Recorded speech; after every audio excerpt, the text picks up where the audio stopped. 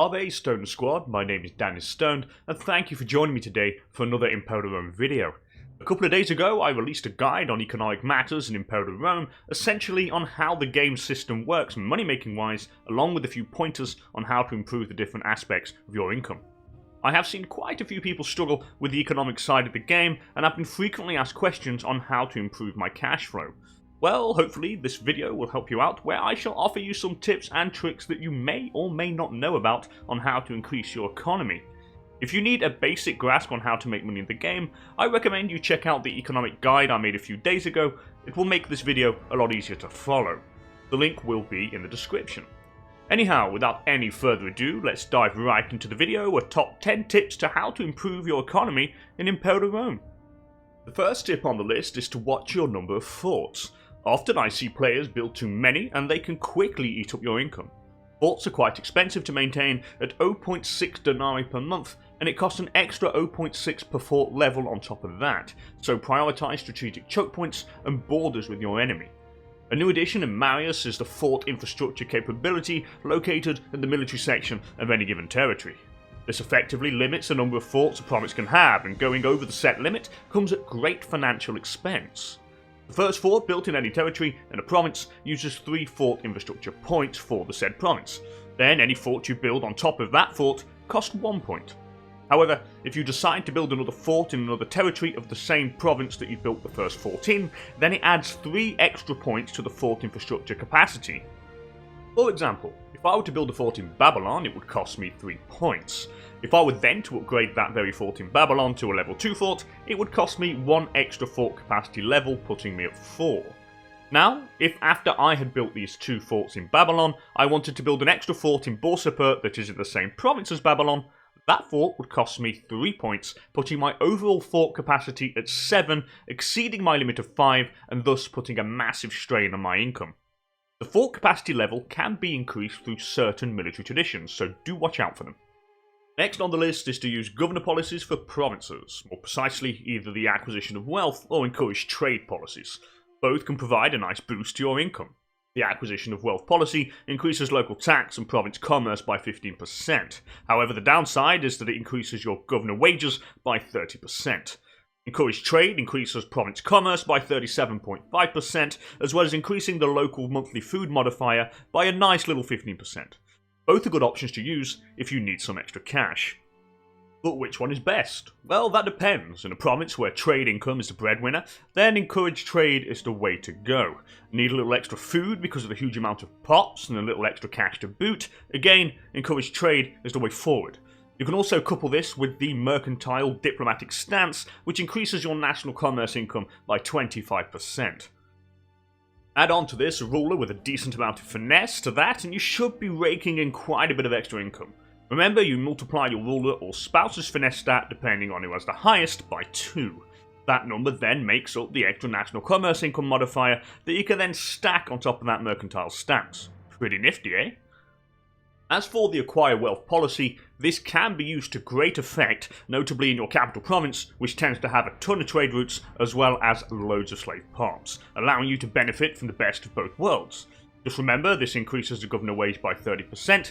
Yes, you pay your dignitaries a wage for overseeing the governorship of a region, but considering you are the ruler of the capital region, then you increase your own wages by 30%, thus increasing your own personal treasury, which means more bribes.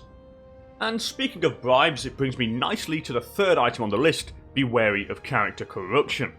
Corruption can be a cash killer. The higher an individual's corruption, the more you pay him in wages if he has a position that allows him to receive a wage.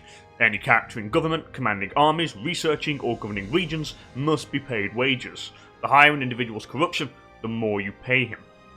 This is why using the acquisition of wealth policy on a governor with lots of corruption can be a killer to your income.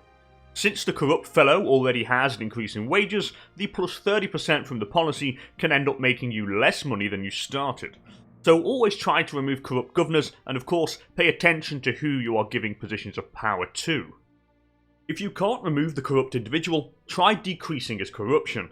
The sanctions privileges idea is dead useful for a ticking monthly reduction to all characters' corruption.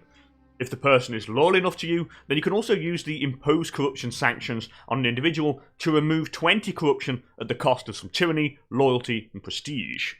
As you go through the tech levels, you will also find some corruption reduction inventions in the oratory category, so watch out for those. Now on to the next tip, and that is to properly manage your legions. In all of the excitement of finally being able to raise your first professional army, you can quickly have one that is too large to maintain. Build your legion size according to your income. It's better to have a smaller legion but have some extra cash coming in. Remember, not all units in the legion cost the same to maintain. Some are more expensive than others, so do watch out. Tip number 5 is called move those slaves. Why? To make surpluses you can trade, that's why. This will increase your tax and commerce income nicely since you will have an extra trade good to export. Try to prioritise high value goods such as precious metals, dyes and spices among others. If you want to see how many slaves you need to produce a surplus, just hover the mouse cursor over the good that the territory produces. To move those slaves, just select a territory and under the pop category select move pops. In this tab you shall be able to move all slaves in a province to any specified territory of the said province. To move slaves out of a province, they have to originate from a territory that borders the province you wish to move them to. Moving slaves costs gold, but it can be reduced by having a surplus of vegetables in the capital. Another great tip is to build cities on high value trade goods since cities produce 2 base resources. This is useful if you want more goods to export without moving slaves around. It also has the added benefit of being able to get more nobles and citizens, which will help with research speed. Just remember, cities hit the food supply of a province hard, so make sure the provinces supply enough food. This next tip is fairly simple: invest in new trade routes. Now there are 2 ways to do this. The first is the easiest, is to use the Entice Business Investments button in the province that you wish to create a new trade route. At the cost of a base 80 political influence, you can create a new trade route for the province selected. The cost can be reduced with certain inventions, so keep an eye out for them. The next way demands a bit more investment gold-wise, but in the long run, it is well worth it. The trick is to try and get more citizens and nobles into your cities. Why? Because they both create points towards new trade routes, with nobles contributing the most, being the creme de la creme of ancient society. The number of trade routes a province can make is the sum of trade route points from each territory in a province. The more nobles and citizens, then the more points, the more trade routes, and of course the more trade routes, the more gold. The way to get more of these pop types is through building the Court of Law and Academy buildings in your cities, the former increasing your citizen ratio in your cities and the latter your noble ratio. For those who are completely new to the game, each territory has a ratio of pops the game will aspire to fill the territory with, depending on your government type. Cities have the highest desired ratio for citizen and noble pops, meaning that the game will try to promote or demote pops so the numbers hit the desired ratio. Just remember, nobles can only be present in cities. Any nobles in settlements will demote to another category of pops or migrate to a city. Now, using this second method has a bonus. Not only will you increase your number of trade routes, but you will also increase your research points, thus increasing the rate at which you will get through the tech levels. For those needing help with tech, I did a video a while back that goes through how it works. It may be old, but the principle stays the same and still applies in 2.0. I will link it in the description. Tip number 7 is easier than the previous one, and that is to find a competent steward. Now his office name varies depending on the culture you are playing, but his effect is the same.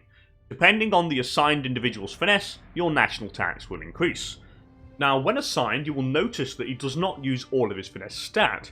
You will usually see a number followed by a slash and another number. This essentially means that the character is only using a portion of his finesse stat. To use more, he must gain more statesmanship. This is the case for all officers. Statesmanship is gained at a monthly rate depending on a variety of factors. To see this, just select the portrait of the character and hover over the statesmanship icon.